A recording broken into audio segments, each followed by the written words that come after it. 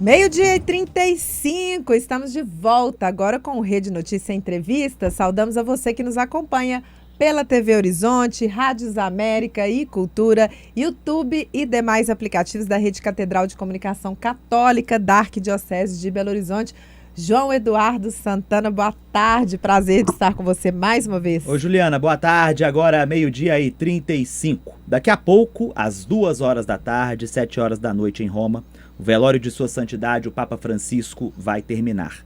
As orações serão presididas pelo cardeal decano Jean Baptiste Ré e o caixão do pontífice será fechado e levado para um local à parte, onde às 10 horas da manhã do sábado seguirá para a Praça de São Pedro, onde acontecerá a missa de exéquias e em seguida o sepultamento na Basílica de Santa Maria Maior.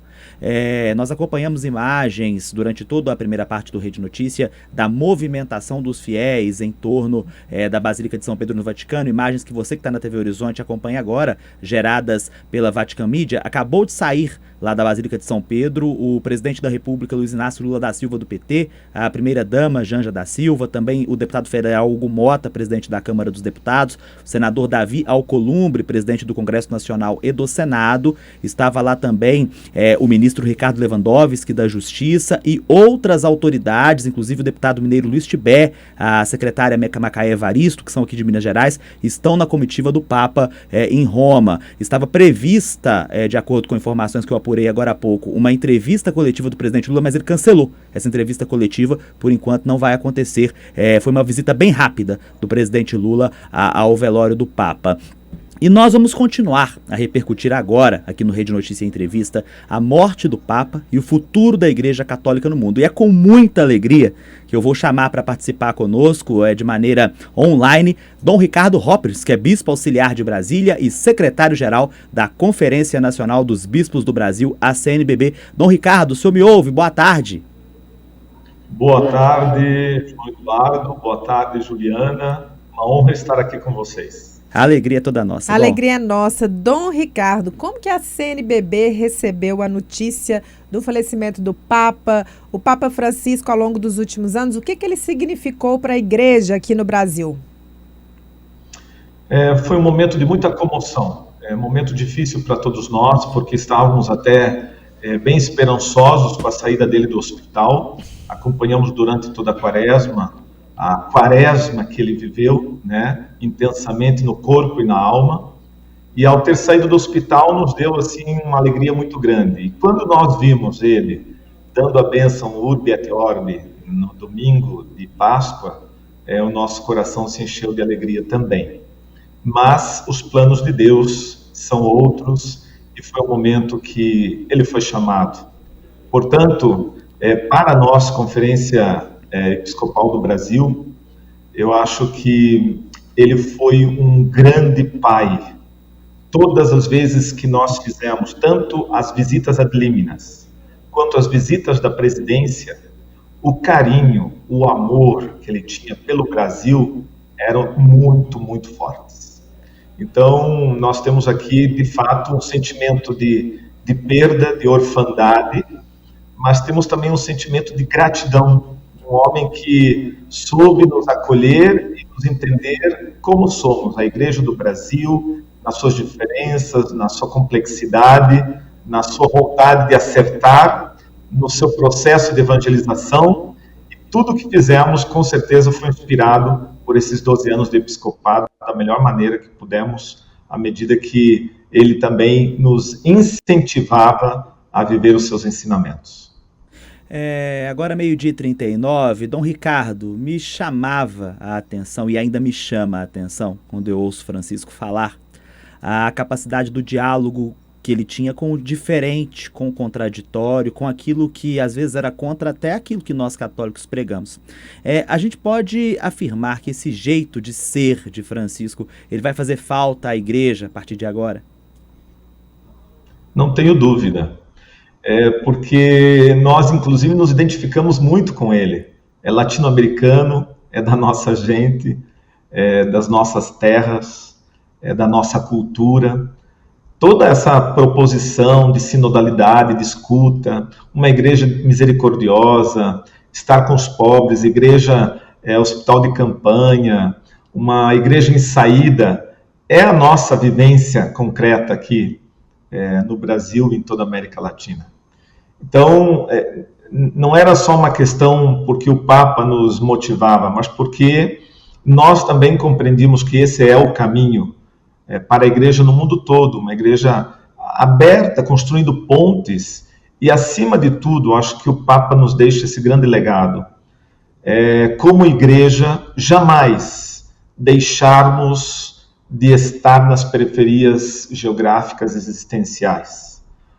Quando ele falava da globalização da indiferença, ele tocava todo mundo para que a humanidade começasse a pensar numa maneira diferente, uma mentalidade diferente, um modo diferente de viver, em que a exclusão não fosse essa dor humana que nós vemos em muitos países. De fato, se é algo que o Papa Francisco nos deixa, é isso, a nossa humanidade, e o quanto precisamos estar ao lado uns dos outros, nos ajudando, cuidando, a cultura do cuidado, zelando um pelo outro, e salvaguardando os invisibilizados, acima de tudo.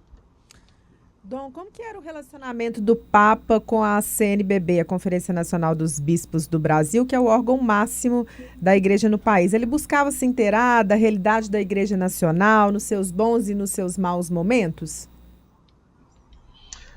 Uma das coisas que nós tínhamos o privilégio, como nós somos hoje a maior conferência episcopal do mundo, as 3 grandes conferências hoje, elas têm o direito a, uma vez ao ano, estar com o Papa de maneira privada, e nós fizemos isso durante esse período, e todas as vezes que ele nos acolhia, nós levávamos os temas da campanha da fraternidade, levávamos os nossos relatórios, e na última foi muito interessante, ele falava da ousadia, vocês precisam ousar, vocês precisam acreditar que é possível.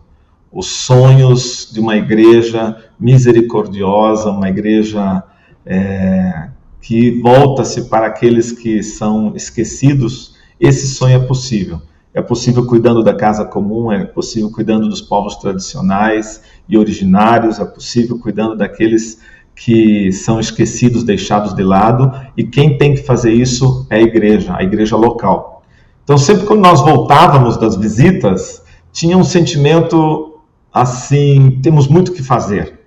Ele conseguia nos motivar, ele conseguia nos impulsionar, precisamos ser mais ousados. E aí, claro, o Papa Francisco estava presente em todas as nossas diretrizes, em todas as nossas programações e principalmente nos projetos da Igreja do Brasil. Dom Ricardo, o senhor, como secretário-geral da CNBB, é um conhecedor da realidade aqui da igreja no país como um todo. Do Oiapoque é o Chuí, inclusive, do qual o senhor foi bispo, enquanto era bispo lá da Diocese de Rio Grande, que é a mais meridional aqui do nosso país, fica lá no cantinho do Rio Grande do Sul. O senhor que conhece tão bem a igreja no Brasil por conta dessa sua atribuição de secretário-geral, qual que é o perfil do Papa que seria melhor hoje para o nosso país, no hoje da nossa história? Se é que o senhor pode responder para nós. Qual que seria aí o perfil ideal de Papa para a igreja hoje, Dom Ricardo?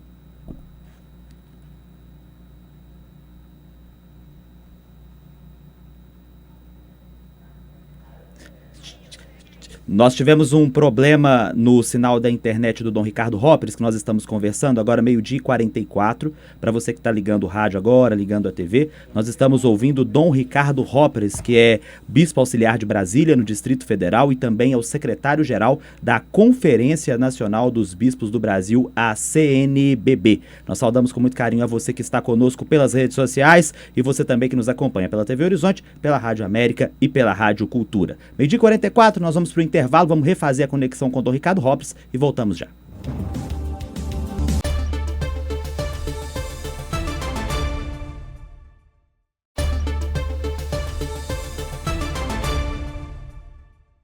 Agora, meio-dia e 47, Rede Notícia Entrevista. Você nos acompanha pela TV Horizonte, pela Rádio América e pela Rádio Cultura. Estava conosco agora há pouco, repercutindo a morte de Sua Santidade o Papa Francisco e também o futuro da Igreja no Brasil e no mundo, Sua Eminência Reverendíssima Dom Ricardo Hopres, que é Bispo Auxiliar de Brasília, no Distrito Federal, e secretário-geral da Conferência Nacional dos Bispos do Brasil, ACNBB.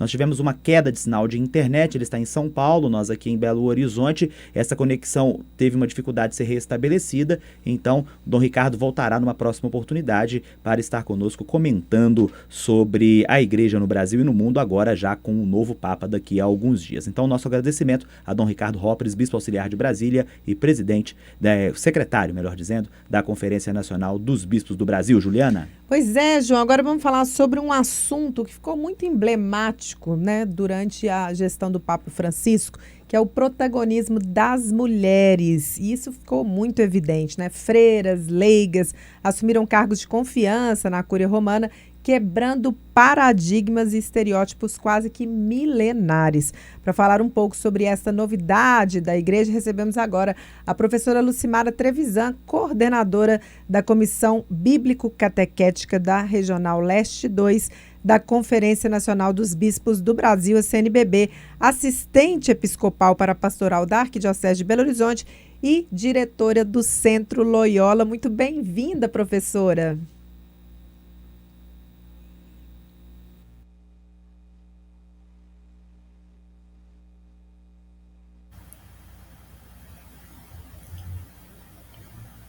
Chamar a professora novamente. Professora Lucimara Trevisan, a senhora nos ouve? Boa tarde. Eu escuto bem, escuto bem. Muito obrigado, seja bem-vinda, nós escutamos a senhora também. Professora, a senhora recebeu do Papa a Ordem do Leitorado, que é um título que antes era conhecido, né, e concedido, melhor dizendo, apenas para homens que se preparavam para serem diáconos ou então padres. Era uma ordem apenas para eles. O que isso significou na vida da senhora, na prática, a importância disso? Então, é um ministério, né, que ele era concedido somente a homens, né, que ele, então, estende a mulheres. Foi uma surpresa e, ao mesmo tempo, uma emoção muito grande poder participar da celebração de instituição do ministério, com mais 40 pessoas do mundo todo, éramos 4 brasileiros, no dia 26 de janeiro desse ano. E o Papa Francisco presidiu a celebração. Estava muito bem no dia da celebração, uma celebração linda. E é um ministério muito significativo, porque é o reconhecimento, não é, do trabalho que as mulheres já fazem, sejam como catequista, como atuação também no todo o trabalho bíblico que é a igreja, não é? Mas sobretudo também nas celebrações eucarísticas, ações litúrgicas, né? Esse ministério tem um muito grande. E em Roma, no dia 26 de janeiro esse ano, a maioria eram mulheres, né? Havia homens também, mas a maioria eram mulheres de vários lugares do mundo, né? No Brasil éramos 3 mulheres e 1 homem somente. O professor, o Papa Francisco nomeou mulheres, postos importantes no Vaticano, inclusive postos de comando. A gente pode esperar que no futuro a continuidade desse diálogo envolvendo a ordenação de mulheres aconteça na Igreja? Eu acho que sim, não é? O Papa Francisco encomendou comissões para verificar a possibilidade, viabilidade do diaconato, não é, para mulheres, mas eu não sei como isso está atualmente, né? Como essas comissões estão, mas acredito que não há volta em relação a isso, né? Cada vez mais mulheres ocupam espaços significativos, né, de lideranças, ou sempre ocuparam, talvez com menos visibilidade do que atualmente. Mas, por exemplo, a Arquidiocese de Belo Horizonte tem inúmeras mulheres em coordenações pastorais muito importantes para o trabalho, né? Isso já há muitos anos, né? Então, isso é muito significativo, muito bom, né? E a parceria, a comunhão, não é, com os padres que também coordenam, o trabalho em conjunto, isso dignifica e eu acho que também melhora, não é, o trabalho pastoral e de evangelização. Agora, 12h52, professora Lucimara, o Papa Francisco, ele foi um defensor ferrenho dos chamados migrantes, né? E antes de morrer, ele fez várias declarações contrárias às políticas de deportação, principalmente às do novo governo Trump. Eu queria que a senhora comentasse qual que é a importância do próximo Papa encampar as ideias de Francisco para tentar, de uma certa forma, frear essas ideias aí até xenofóbicas, que a gente pode assim dizer, de alguns governos, principalmente da Europa e da América. Eu acho também que isso não tem volta, é um dos grandes gritos, né, em nível mundial, e a gente sabe da atuação da Igreja em várias frentes de defesa dos migrantes e refugiados, seja na América Latina, no Brasil, né, também na Europa, não é? Eu acho isso irreversível, embora, claro, a gente precisa ampliar a consciência dos próprios católicos, do trabalho que já está sendo feito e do apoio que esse trabalho precisa, né? Em Belo Horizonte tem um trabalho de serviço aos migrantes e refugiados, né?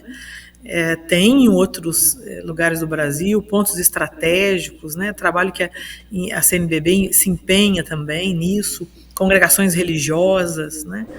Eu acho isso, o que a gente precisa é cada vez mais criar consciência nas comunidades, não é, de que nós, acolhendo o pequeno, o que está frágil, os injustiçados, a gente está acolhendo o próprio Cristo, né, como nos diz o Evangelho, né? Eu estive nu e me vestiste, né? Aquele texto maravilhoso. Isso eu acho...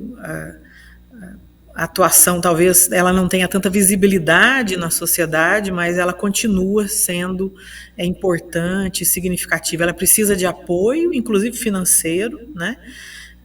Belo Horizonte, por exemplo, tem o Serviço Jesuíta Migrantes e Refugiados, né?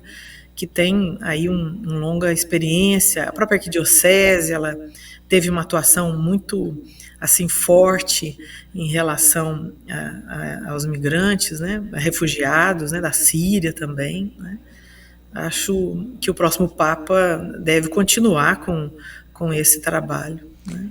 Ô, professora, a gente está caminhando para o final, mas queria que a senhora dissesse também nessa fala final sobre a importância na formação dos leigos a partir da boa catequese, se isso aumentou também no pontificado de Francisco, segundo a senhora. Isso, ele instituiu o ministério do catequista, é um ministério agora estável na igreja, uma vez recebido é para a vida toda, né? Vamos lembrar que a maioria dos catequistas são mulheres, e isso significa melhorar e cuidar mais ainda da formação dos catequistas, e claro, de todo o caminho de adesão a Jesus Cristo, de evangelização, de engajamento na comunidade, não é? De paixão pelo reino de Deus, né? De desejo de seguir Jesus na comunidade, no mundo, não é? Dando testemunho do reino, não é?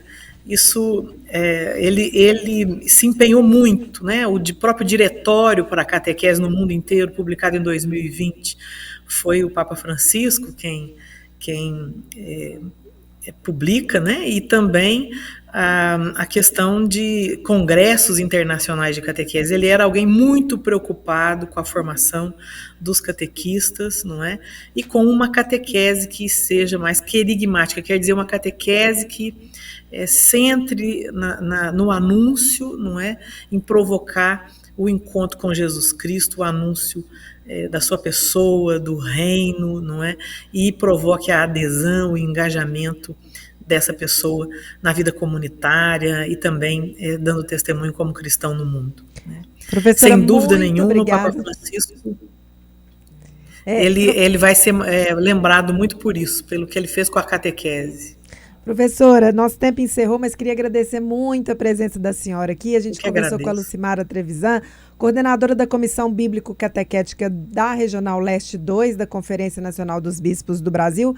CNBB, assistente episcopal para a pastoral da Arquidiocese de Belo Horizonte e diretora do Centro Loyola. Muito obrigada mesmo.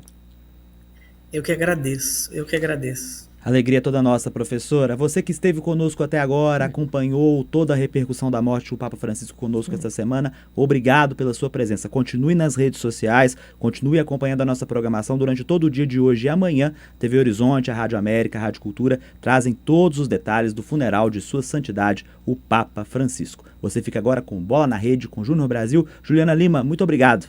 João, prazer e alegria, viu? Mais uma vez, para você que nos acompanhou, um bom final de semana, gente. Ficamos por aqui. Um abraço, até lá!